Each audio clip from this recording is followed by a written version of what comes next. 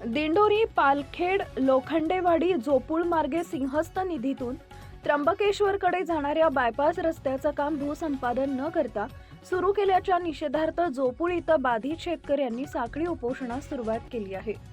जोपर्यंत भूसंपादन करून योग्य मोबदला दिला जात नाही तोपर्यंत रस्त्याचं रुंदीकरण होऊ देणार नाही अशी ठाम भूमिका शेतकरी कृती समितीने घेतली आहे। गेल्या 1.5 महिन्यांपासून पालखेड, जोपूळ व लोखंडेवाडी, धामणवाडी, चिंचखेड येथील शेतकरी एकत्र येत उपविभागीय अधिकारी, तहसीलदार तसेच सार्वजनिक बांधकाम विभागाचे कार्यकारी व उपअभियंता यांच्याकडे वारंवार अर्ज सादर करत आहेत। आधी भूसंपादन करा, नियमानुसार भरपाई द्या आणि त्यानंतरच काम सुरू करा अशी मागणी ग्रामसभेच्या ठरावाद्वारेही करण्यात आली आहे। मात्र या नोटिसांकडे प्रशासनाकडून दुर्लक्ष झाल्याचा आरोप शेतकऱ्यांनी केला आहे।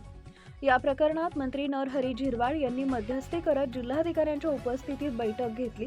त्या बैठकीत सार्वजनिक बांधकाम विभागास रस्त्याचे नकाशे, भूसंपादनाचा तपशील देण्याच्या सूचना करण्यात आल्या होत्या। मात्र विभागाकडून केवळ संबंधित रस्ता जिल्हा मार्ग किंवा राज्य मार्ग कधी झाला, त्याची मानक रुंदी किती असते इतकीच माहिती देण्यात आली। भूसंपादनाबाबत कोणतीही ठोस तपशील न दिल्यानं शेतकरी असमाधानी राहिले।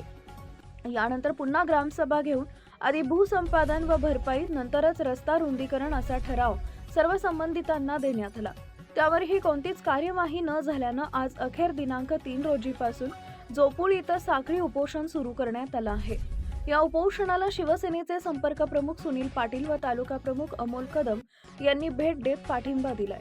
त्यांनी अधिकाऱ्यांशी संवाद साधून शेतकऱ्यांच्या मागण्यांवर सकारात्मक विचार करून न्याय देण्याची मागणी केली आहे। आंदोलनात शेतकरी मोठ्या संख्येने सहभागी झाले आहेत। प्रशासनानं त्वरित भूसंपादन करत मोबदला देण्याची भूमिका घ्यावी, अन्यथा तीव्र आंदोलन छेडण्याचा इशारा दिलाय। पालखेड, लोखंडेवाडी, जोपूळ, धामणवाडी व चिंचखेड येथील बहुतांश शेतकऱ्यांच्या जमिनी यापूर्वी धरण व कालव्यांसाठी संपादित झालेल्या असून ते अत्यल्प भूधारक आहेत। पूर्वी 3.75 मीटर असलेला रस्ता आता तिप्पट रुंद करण्यात येत असल्यानं पुन्हा मोठ्या प्रमाणावर जमीन जाण्याची भीती आहे। आजपर्यंत या रस्त्यासाठी कधीही भूसंपादन झालेले नसल्यानं आवश्यक जागेचं नियमानुसार संपादन करून योग्य मोबदला द्यावा ही शेतकऱ्यांची रास्त मागणी आहे। सरकारने या प्रकरणात तात्काळ लक्ष घालून शेतकऱ्यांना न्याय द्यावा अशी मागणी येथील शेतकऱ्यांनी केली आहे। दिंडोरी वृत्तांत न्यूज कार्यकारी संपादक बापू चव्हाण, दिंडोरी।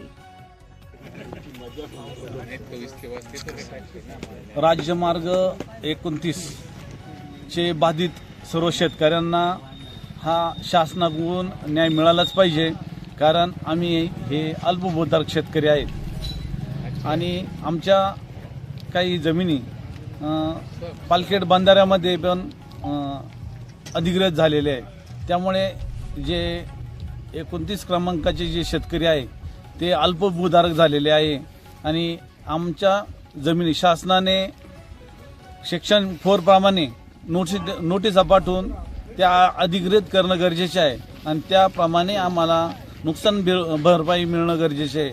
आमच्या जमिनी ह्या अल्पभूधारक असल्या तरी त्या सुपीक जमिनी आहे, त्यामध्ये द्राक्ष पीक, फळबाग असे लावलेले, आंब्याचे झाडं लावलेले आणि आमची ही एकत्र कुटुंब पद्धती असल्यामुळे आमचा उदरनिर्वाहाचं साधन हे शेती हा प्रमुख आमचा व्यवसाय आहे। त्यामुळे आमच्या शेतकऱ्यांना हे नुकसान भरपाई मिळणं अत्यावश्यक आहे आणि गरजेचं आहे।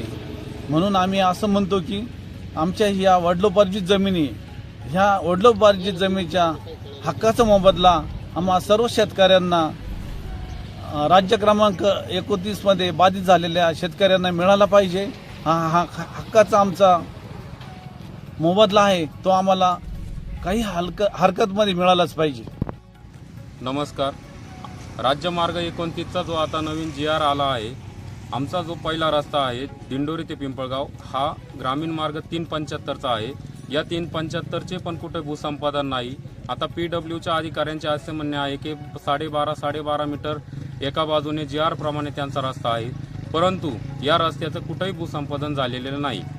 हे लोक फक्त आम्हाला जे काही GR आहे यानुसार रस्ता करू द्या असे त्यांचे म्हणणे आहे, परंतु आम्हाला हे जे आहे रस्त्याचे काम भूसंपादन होत नाही तोपर्यंत आम्ही हा रस्ता करू देणार नाही। आमचे वडिलोपार्जी 1950 पासूनची 7/12 आहे, 71चा सातबारा आहे, याच्यावरती कुठंही भूसंपादन झालेले नाही. एक पांड पण क्षेत्र आजपर्यंत कुठेच गेलेले नाही. आमच्या लोखंडेवाडी गावचा जो रस्ता आहे तो रस्ता नकाशात नाही. जो आज दाखवत आहे तो आमच्या गटांमधून जात नाही. याचं पूर्णपणे लोखंडेवाडी ग्रामस्थांचा जो रस्ता आहे गावातून जाणारा 0 पॉईंटपर्यंत, याची पूर्ण त्यांनी शहानिशा करून द्यावी, नंतरच रस्त्याचे काम चालू करावे. तसेच इतर जे गावं आहे याचं पूर्णपणे भूसंपादन करावे, नंतरच त्यांनी त्यांच्या रस्त्याचे काम चालू करावे असे मला वाटते. आणि